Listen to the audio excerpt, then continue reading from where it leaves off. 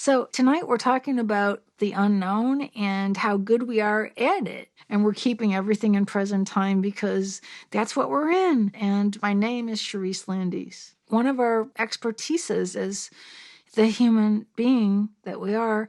We've always been in the unknown. Every second of my life, I've never not been in it. I've always been like, oh my God, I wonder what's going to be next. Like, I wonder what this next second is going to be.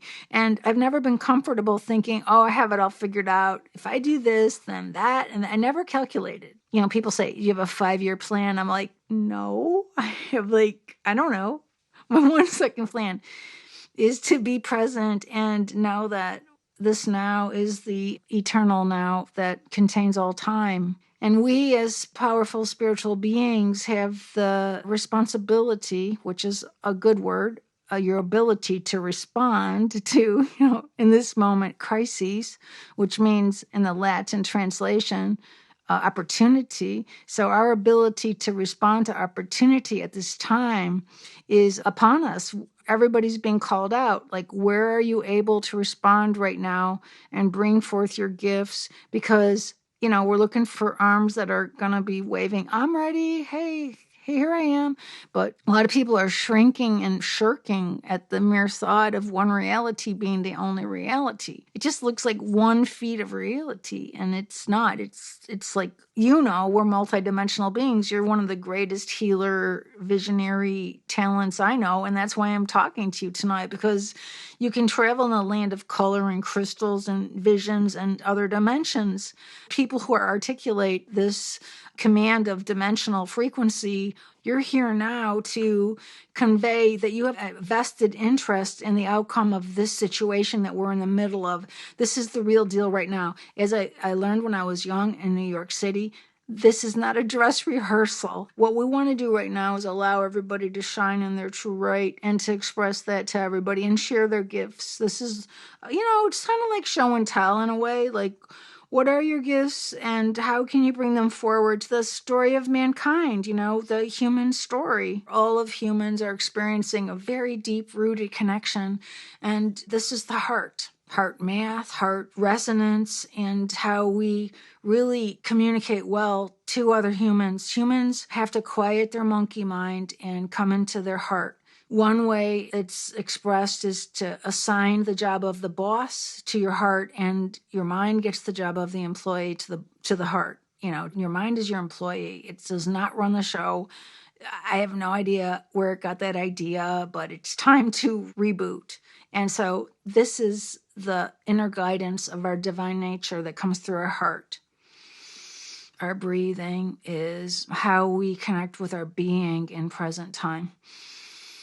And breathing is audible, and it is recognized by the heart as a safe place to nurse yourself, to soothe yourself, to slow down into this present time where you have everything you need. And it's a miracle because no one knows what life is. So it's always wonderment. It's always like, wow, I don't know what's next, but I'm willing to have more awareness at all times. And then that expands your 10% of your being that doesn't even know that it doesn't know something. You're now overriding that and saying, guess what? I'm aware that I don't know what I don't know. And I'm going to say, I'm willing to have more awareness to just push forward into your consciousness and lead yourself with your own divine nature. It's a sophisticated system, but it can be implemented in less than 7 minutes or 5 minutes when you're just doing a Zen practice called sitting. And you just sit in your chair with your spine straight against the back of the chair, where you're just becoming aware that you are here and that you have a body that is made up of 99.99% energy. And so that helps to start the whole system of inner vision, which is enabling your mind's eye to expand into your energy field So everybody has the energy field because we're energy. And so we have something called an energy signature. And so the first thing you want to do is contribute your true purpose for being in this incarnation, which resonates via your frequency, which is your energy signature. We cultivate this as we grow. Like we get to know ourselves when we're little, and then we're like, oh, then we have to deviate from ourselves to fit into a world maybe, but we don't like it. And now we're back to being ourselves again. So this self that you got to know when you were little, maybe playing in the backyard or in a sandbox or riding a bike or whatever, is the same you that you're returning to right now in this exercise. It's a part of you that you'll recognize, go, oh, it's like a reunion with myself. Oh, cool, it's me again. It's really a fun feeling that you're looking for, and it's a feeling of belonging and being at home again within yourself, just like you always knew you were until you were taught that you weren't. And now we're back to being ourselves again. So the breathing exercises are imperative for resetting any type of anxiety. Anxiety is related to heartbeat. So heartbeat that's fast when you get afraid is not good for you. You can get afraid, it's true, and you must. It's one of the 5 elements of the human being that has those elements of nature, and one of them is fear. So, but if you have too much fear, then it burns out your adrenals, and then you get tired and you don't have the ability to envision and dream the next level of think tank to envision the future. Because if you're too tired, you really can't do much. And you can't really do anything but just sleep. And that could be okay to dream. There's no judgment. Everybody's where they're at. But, we want to just participate in a bigger version of ourselves and get to know what that is within. So the only way to get to know yourself is by slowing down and starting to breathe. There's just like no other way to do it, as much as I wish there was. But there's a little bit of setup for it because a lot of people are new to breathing. And I, being in the healing work for over 30 years, I was kind of opposed to people telling me to breathe. So I just want to slowly, because I'm sensitive to that, because when people say, you should breathe this way, it's like, I'm already breathing, I don't have to do any other kind of breathing. But in truth, the Buddhist tradition of breathing breath work, that's a breathing technology. That's like, oh, what's that? Oh, that's how the human body works. So I just want to set it up so that I'm not saying, oh, like, yeah, breathe because I have the answer. I don't have the answer. But I do know that my fascination in my entire life is how this body works. And now that I know that breathing actually works this way, we can awaken the dormant sides of ourselves that are waiting for us to remember how, as humans, this is how we work. So the first exercise is where you just become mindful of being alive right now, present time, and you're just looking into this moment as everything that you ever needed, because you're hopefully hoping, in every part of you that it is enough, that what this moment is. And as you enter into this moment being enough, you are able to sustain and provide yourself with the healing that you need. This innate knowingness is part of your nature, and this nature that is within you wants to cultivate more life. That's what it came here to do and to be alive. So this life force that you bring in through your breath is like, oh, thank goodness.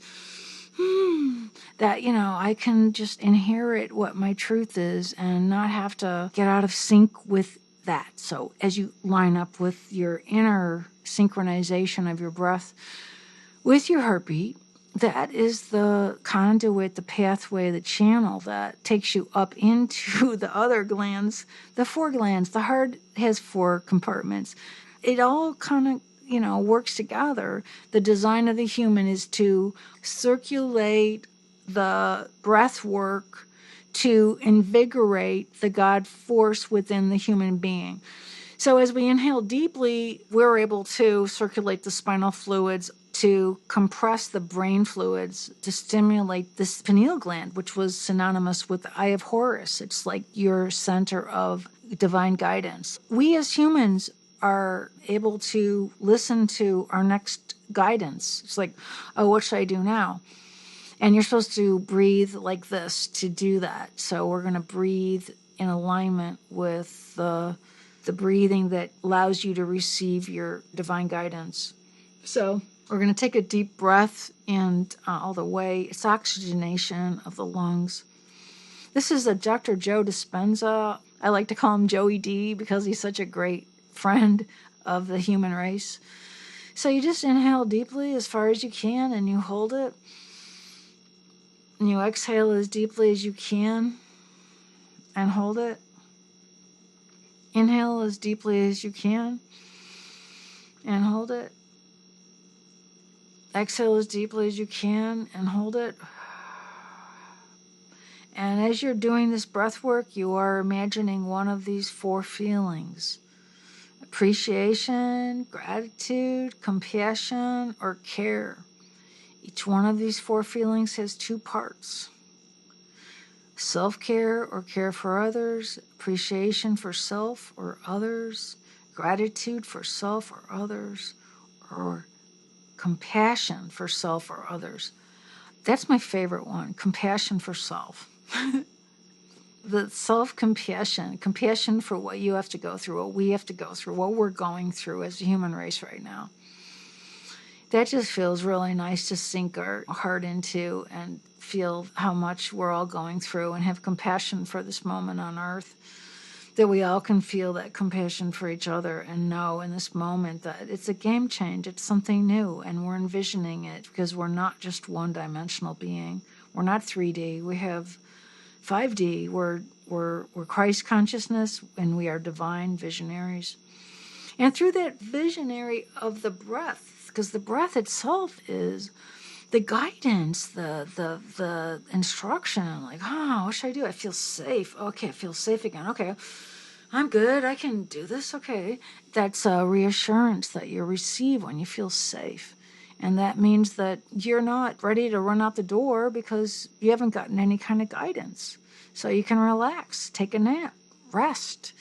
And in between these guidance feeds from your heart will tell the mind what it needs to do.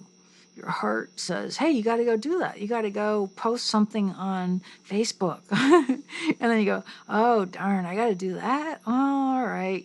And I argue with my heart sometimes, but I've learned that I really shouldn't do that because it always wins. And the mind is really just to figure it out. The heart gives me things to do I don't understand how to do, and my mind is set as an employee to, okay, go figure it out then. It's not my problem. So your heart gives you directives, and then your mind is like, okay, what do you need me to do? And then you do it. And then you listen for your next feed of guidance, and then you don't receive something, then you wait and rest and breathe, and when you get some more orders from the top of your inner divine self, then you act on it. And that's how the ancient tradition is to be aligned with this present moment where everything was the oracle.